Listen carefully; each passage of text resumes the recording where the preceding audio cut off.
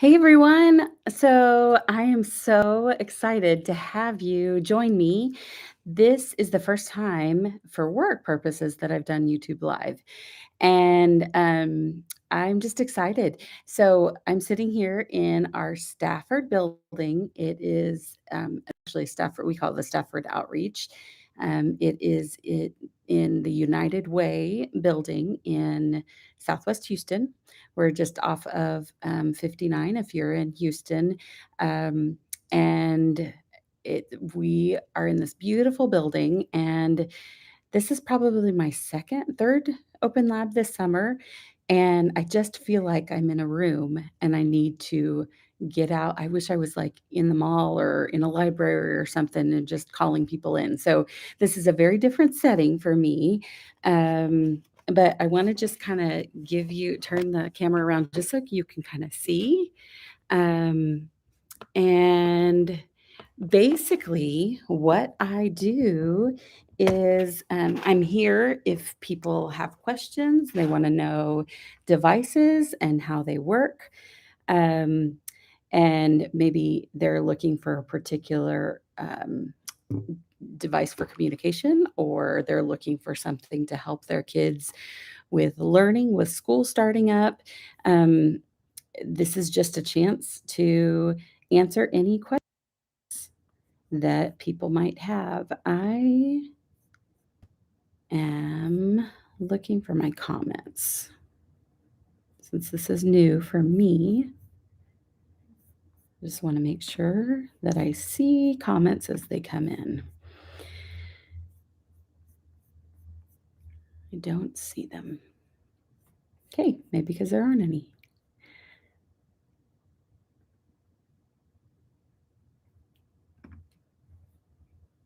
Okay.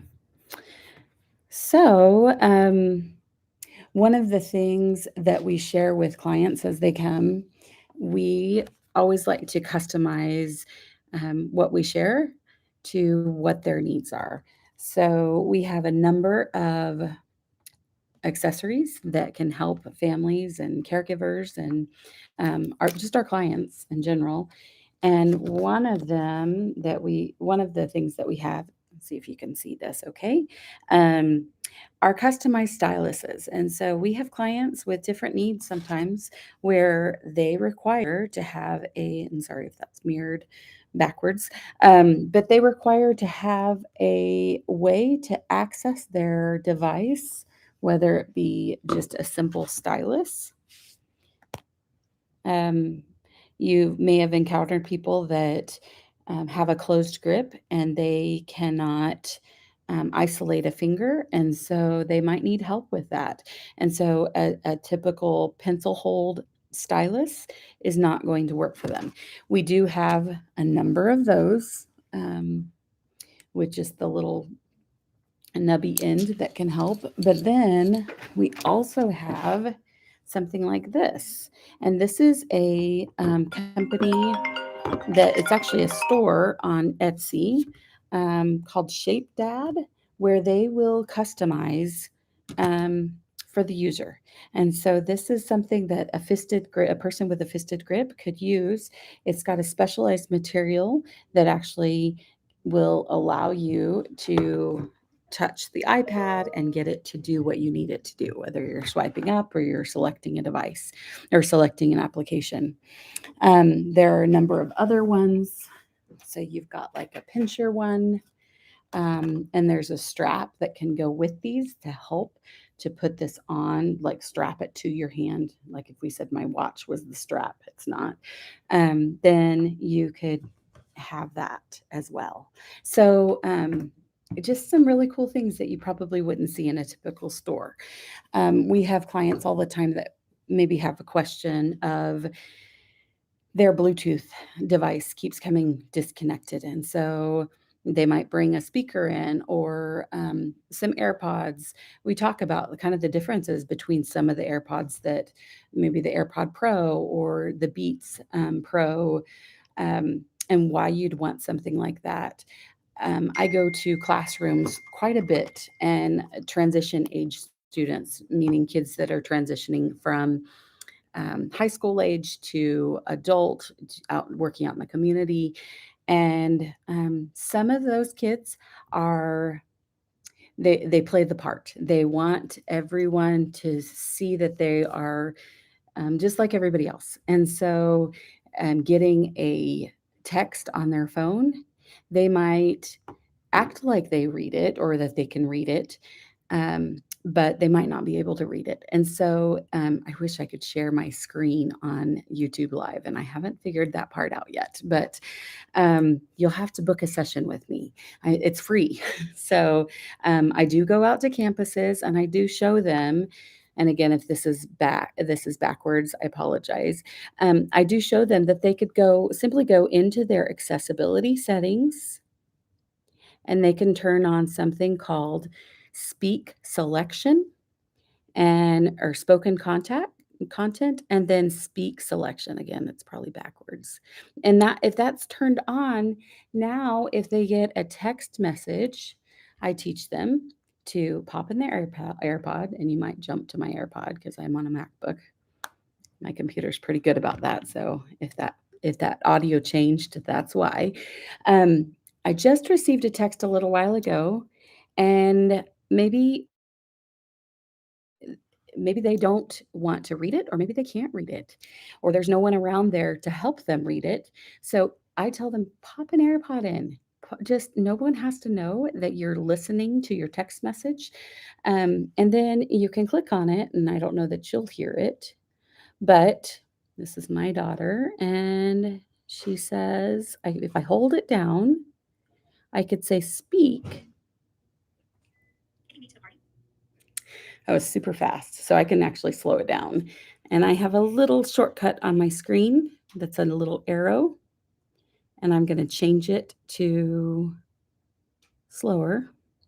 Now I'm going to go hold this down, and I choose speak.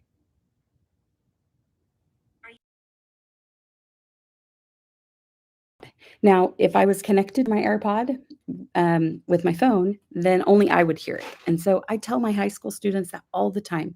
Don't be afraid. If you walk down the hall or in Ridge Point or whatever school that you're at, you're going to see kids with AirPods in their ears, unless they have a rule. I know my daughter's school, they did away with kids walking down the halls with an AirPod, even one in. But in a classroom, if you've got a teacher that she understands that you're using speak selection and you want things read aloud, you could do that on web pages. You can do that wherever. And the great thing is we have this really nifty thing. I'm going to turn my computer around again and show you, called Loud on the Go, which means I take this little case and it's full of iPads, and there are apps that are preloaded, and so it looks like a little pet carrier. I actually lock it up when I'm not using it to make sure that those devices stay in there. It's really cool because it's got charging cables, and then it also charges on the wall, and so I always have it ready. But we whether you're coming for our face-to-face lab or you are coming for a virtual lab, we talk about stands. And this is the first time, by the way, that we've done a Q&A kind of thing. But as I sit here in this room, I'm like, I just need the people to come to me. So I thought I'll try this out and I'll share this information out. But we would love it if you have questions. You can type those in the comments and I can see if I can answer those. This is one of those settings where you don't have to worry about coming on camera or what you look like or your voice or anything like that. I've had families and friends that we've talked to that have said, "Oh, there's no way I can give my child an iPad. That thing is just too expensive. They're going to throw it. Um, they're going to destroy it." I get it. I have 4 kids. My friends that are joining, they know that as well. So um, we talk about cool cases like this one's from Big Grips. This is an older one. but for an older iPad. But if you go to their website, biggrips.com, this is where we share these cool things. I mean, literally, you could, and a kid's going to want to bite this, I'm sure. At least those biter kids, those orally fixated kids. Um, but it is just awesome to be able to share these things. We have some clients that come and they need to be able to communicate with an iPad or with a device. And so that's the great thing about our handy little case of iPads that are preloaded with apps. Some of those apps are really expensive. And so if you had the opportunity to try it before you buy it, that's the wonderful thing about our either our face-to-face lab or our lab on the go. You can literally do that. You can try it before you buy it. We've had years past, we've had clients, speech clients that we've worked with that just need that way to communicate. And so that's what these applications, these apps allow them to do. They allow them to communicate, and um, we actually had a client one year, I believe she was maybe 3 or 4, and she was trick-or-treating. She had a bag, and unfortunately, the bag that she had is not available anymore. I think it was a chat bag. But she had her device that was just clipped onto her, and she was able to trick or treat. And she could go door to door, and she press a little button, and it would say trick or treat.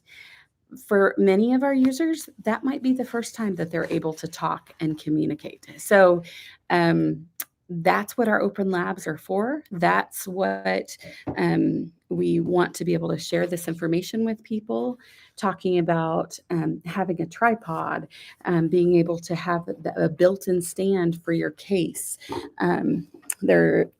We have a library of some of our favorite books that help our clients. We don't just work with the special needs population, we also work with our veterans. We have a very large veterans team that we work in mental health, and we work in even helping with medication management. Um, we we want to share these things with our community, whether you're local in the Texas and Houston area or you're on a global level. That's really our aim. So I don't see any questions here in the chat. Um, but if there's an option to comment or put questions in that we can get back to you at a later date, I'll put the information in our description of how you can contact us. We do have lunch and learns that we host at lunchtime. It is every other Wednesday, so second and fourth Wednesday at 12 o'clock. And normally we have a topic that we explore. We have one coming up next Wednesday that will be talking about traveling with your family and people with special needs and just how to make that easier. So we're excited and we hope that you can join us. We will post it to our social media page. And I actually have a visitor that came to join our face-to-face open lab. I'm going to see if I can turn. Is it okay if I turn the camera around? This is Catherine. How you do?